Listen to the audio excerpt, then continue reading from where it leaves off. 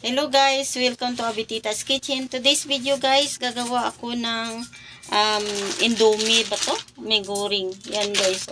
Ito guys, kasi para mapakinabangan namin, mga free lang to sa gardenia. Free lang to. Yan. Kaysa naman tapo namin guys, pamimigay. Hindi namin alam kung saan namin pamigay. Kaya gagawin ko na lang siyang, gigisahin ko siya guys. Meron akong bacon slice na baboy. Lalagyan ko siya. Ito guys, may oyster sauce ako. Tsaka, maglalagay ako ng, ito guys. Nakita ko to yung parang, yung sa gulay ng mga taga-Indo. Yan. Yan mga ingredients ko guys. Yan. Tara guys, samahan ninyo ako. Slice lang natin to guys ng maliliit. Marami na to guys, 4 lang naman yung aming Masarap din to siguro merienda guys. Parang pansit canton. Tunugasan muna natin. Meron akong guys na bawang at saka yung sibuyas na slice ko na kanina. Yan. Lagay natin dito sa kabila yung carrots. Mga tira-tira lang naman namin to guys Ito tira lang din to Yan. Para may pang merienda lang. Yan. Ito guys, ganyanin lang natin. Yan. So, ito na guys.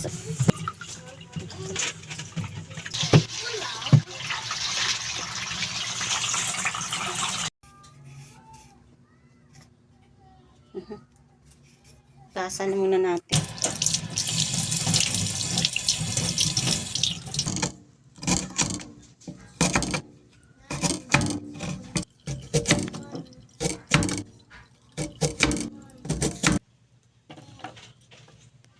Ayan guys, yung pitsay natin, ganyanin na lang natin.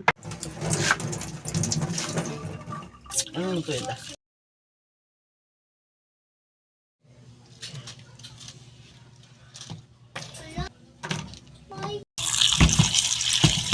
Ugasan lang natin to guys. Tapos, ugasan natin ng mga 3 beses, siguro 2 beses. So, ayan guys, malinaw na yung tubig ng ating pitsay. Lagay muna natin. Tapos, ito yung ang kanyang tangkay. Okay. Ayan na guys, yung ating Pero parehas lang sila. Parehas lang sila. Ito yata. Ayan, hot and spicy. Natatakpan siya guys, Ito. Wala lang. Original lang siya. Ayan. Ayan guys. Sayang din naman kasi, ngayon yung gagawin natin ito, puro mga lang, mga scrap na. Ito yung sauce niya. Ayan. Ito guys, 4 na piraso talaga siya. So mamaya yung aming pansit, medyo may anghang pala.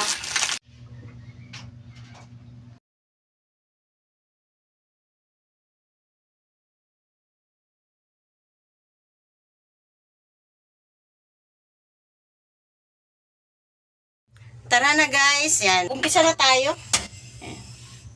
Yan. Punasan natin guys para mapabilis tayo. So maglagay tayo guys ng ating mantika. Ayan, unahin natin yung ating bawang. Next natin ating sibuyas guys. Next ang ating karne. Kung wala kayong bacon slice, pwede naman yung liempo, maliit lang ang pagka-slice. Ito guys, dahil sa manipis siya, kasi para bacon slice lang siya guys, pwede, mabilis siya maluto. Paminta, yan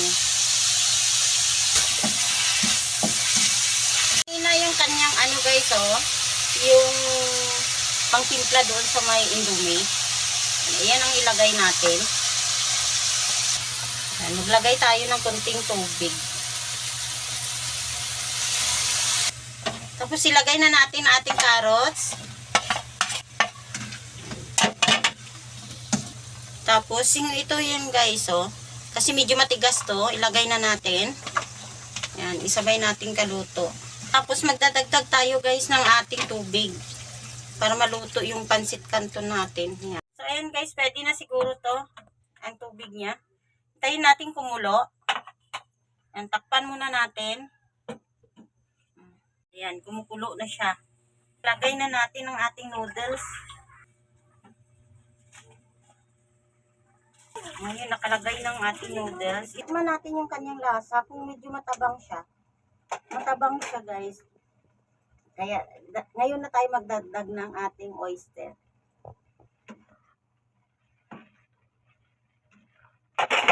I-next natin yung ating cabbage. Gusto namin maraming gulay, kaya, ginamihan namin. Alay, puro scrap lang yan. May pagka-spicy siya. Ito na guys, so luto na siya, oh. Yan. Last nating ilagay yung ating yan. Hindi mo akalain, puro scrap lang to. So ito na guys, yan. Patayin na natin guys. Oh, di ba guys, hindi mo akalain, mga scrap lang yan. Mga tira-tirang gulay.